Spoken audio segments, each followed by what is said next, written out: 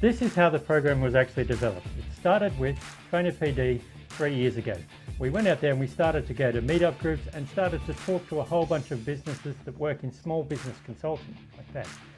Then it went into other trainers were wanting me to do skills recognition with them, wanting to do updates and develop training courses for them as well.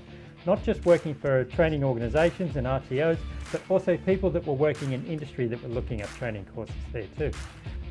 People worry about the contributing to this program. We are getting things from businesses, but there's stuff that they've got so much to give away that they're giving it away for free and they're giving away free tips.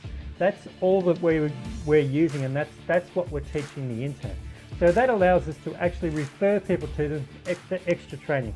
Not just interns, but businesses as well that want to do it. So what we've had to do though is to provide more up-to-date and better training. We've had to look at putting protections in place for these people that are giving us content to give away. Okay, so what are we're looking at setting up a site where people can come on and learn, and we can make that available to training organisations or anyone that wants to do it for a small subscription fee, because that's going to allow us to share it around, and it's also going to allow us to give credit to the people that contribute to us there as well.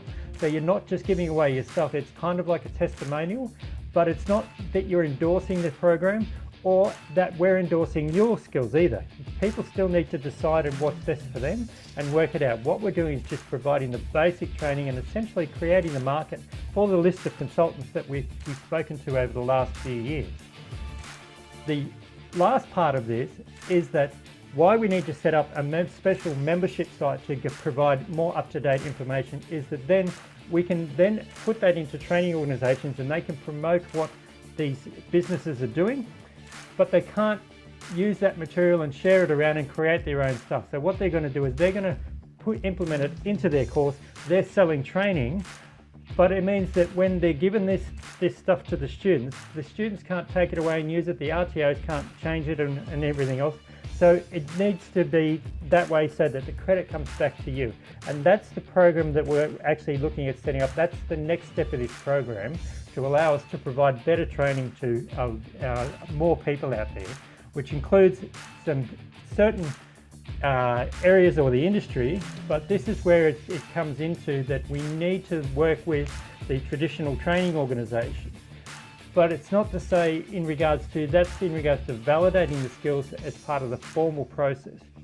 But what we're looking at doing is we're looking at, are they the best people to do the training, the actual training? And this is where it comes into the regulators have got issues with the trainer and assessor capability of people working for RTOs, particularly in regards to vet in schools.